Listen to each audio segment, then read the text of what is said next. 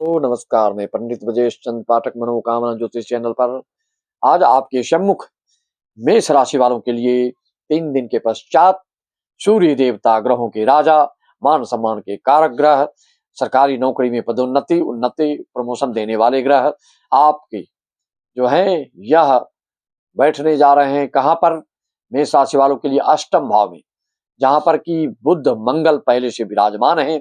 उससे वहां पर जाकर के ग्रह योग बनाते हैं। ये तो मृत्यु भाव के कारक स्थान कहलाता है, लेकिन यहाँ पर ये रातों रात लोगों को धन्ना सेठ भी बनाने वाला गुप्त स्थान ये कहलाता है।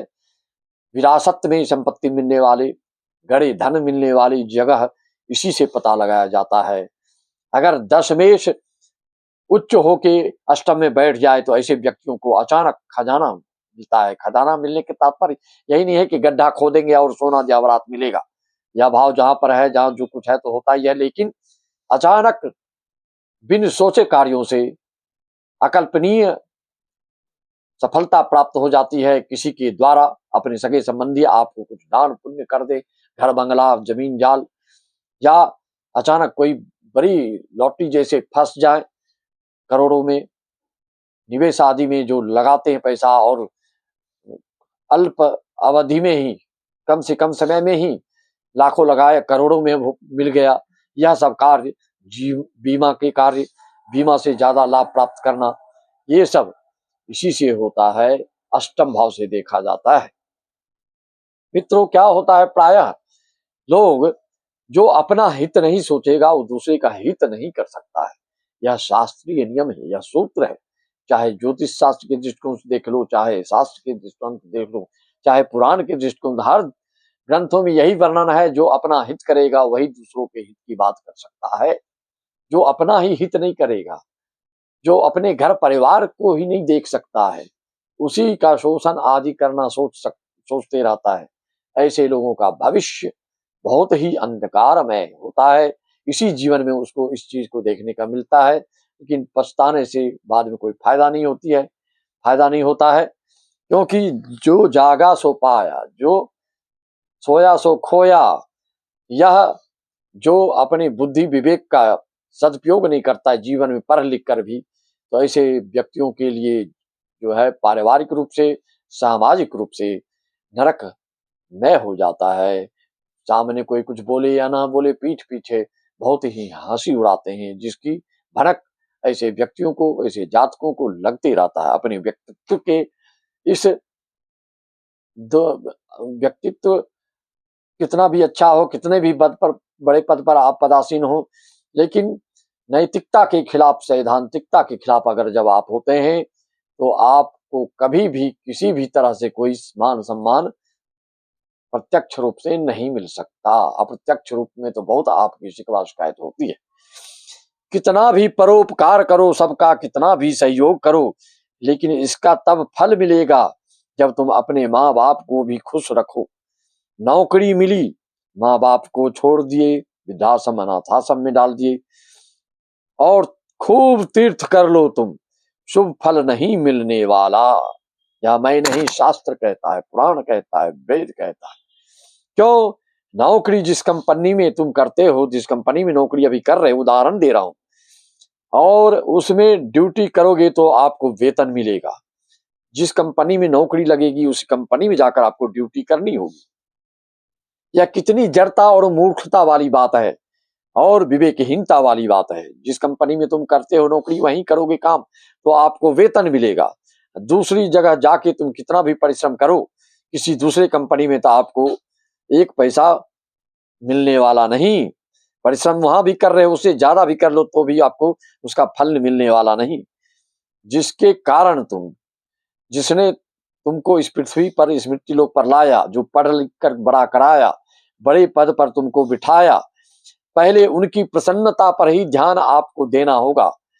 आपके माता पिता अगर दुखी हैं, दैन्य हैं, भटक रहे हैं, तड़प रहे हैं, बिलख रहे हैं, तो आपके सारे चारों तीर्थ धाम करना और दूसरों को उपकार करना, सब पुण्य आपका व्यर्थ का चला जाता है। ऐसा क्यों होता है? पुण्य आपका सार्थक हो तभी होगा। जैसे कि आप जानते हैं कि परोपकार जैसा धर्म नहीं, लेकिन परोपकार कर जब अपने स्वयं का करो, फिर घर का करो, अड़ोस पड़ोस करो, परिवार का करो, तब वह परोपकार होता है। मान लीजिए उदाहरण के लिए आपने एक गाय पाल रखी है, गाय आपके यहाँ भूख प्यास से तड़प रही है, मर रही है, आपके आश्रय वह है, और उस गाय को छोड़ के बाहर में गाय को जाके खिला रहे हो, तो आपके घर में जो गाय बंधी है वो आपको श्राप ऐसा देगा कि अब जिंदगी भर याद रखो। पहले जिसकी जिम्मेदारी तुमने ली है, जिसके कारण तुम हो, उस पर ध्यान देना पड़ता है। मित्रों, तुम अपनी गाय को पहले खिलाओ पिलाओ, फिर बाहर में भी खिलाओ पिलाओ, तो फिर बहुत ज्यादा पुण्य मिल सकता है। लेकिन प्राथमिकता किसको देनी है, शुरुआत कैसी करनी है, धर्म किसको कहते हैं, इसको समझना होगा। आपने किसी जमीन की रजिस्ट्री कराई और उसको छोड़ के दूसरे जमीन में अगर घर बनाते हैं, वह घर आपका रह नहीं सकता। जो जिसकी जमीन नाम पे जमीन हो, आपके घर को तोड़ देगा।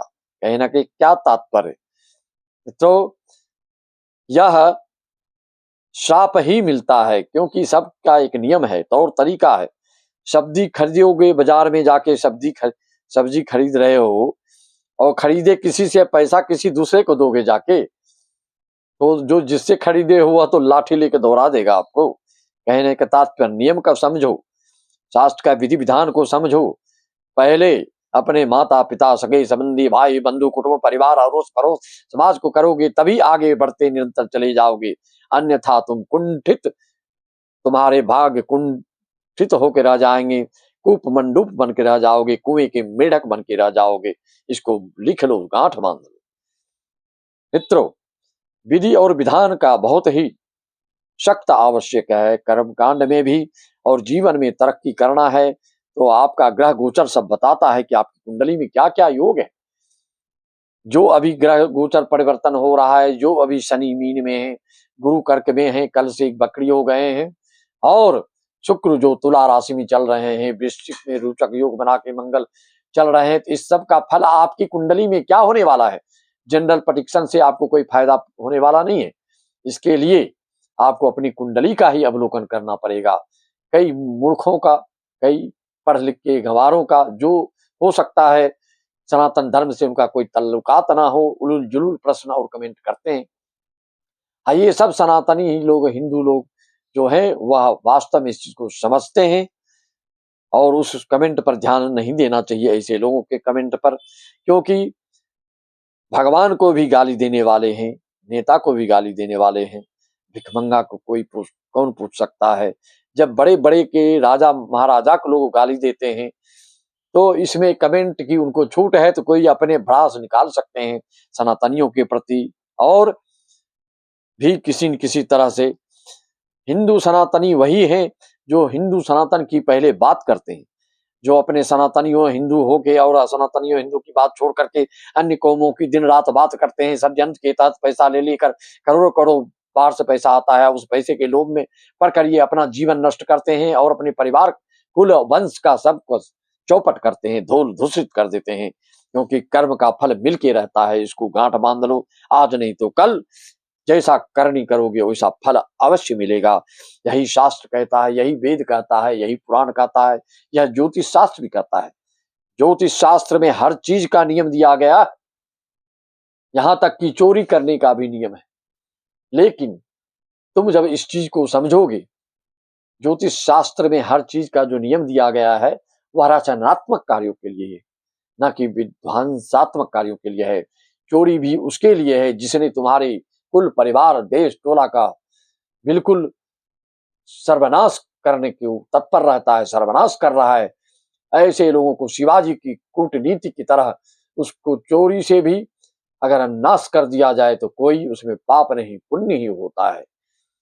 जो अपने देश के लिए, जो अपने समाज के लिए, जो आपके जीवन के लिए, जो आपके भविष्य के लिए, जो आपके परिवार के लिए, जो आपके संतान संपत्ति के लिए दुश्मन बनकर बैठा है, उसके लिए उसको नष्ट नाबूद करना ही पड़ेगा। जब तक करोगे नहीं तब तक चैन से जी नहीं सकते।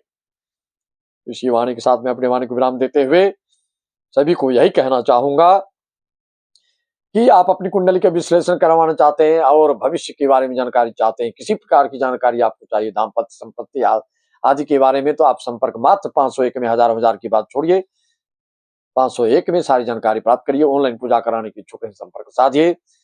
भागवत रामायण आदि भी कराने के इच्छुक हैं तो हमारा एक चैनल है बीसी पाठक भागवत कथा, उस पर जाकर आप लोग कर सकते हैं, बुकिंग कर सकते हैं। अगले साल के लिए 4 भागवत कार्यक्रम का बुकिंग हो चुकी है।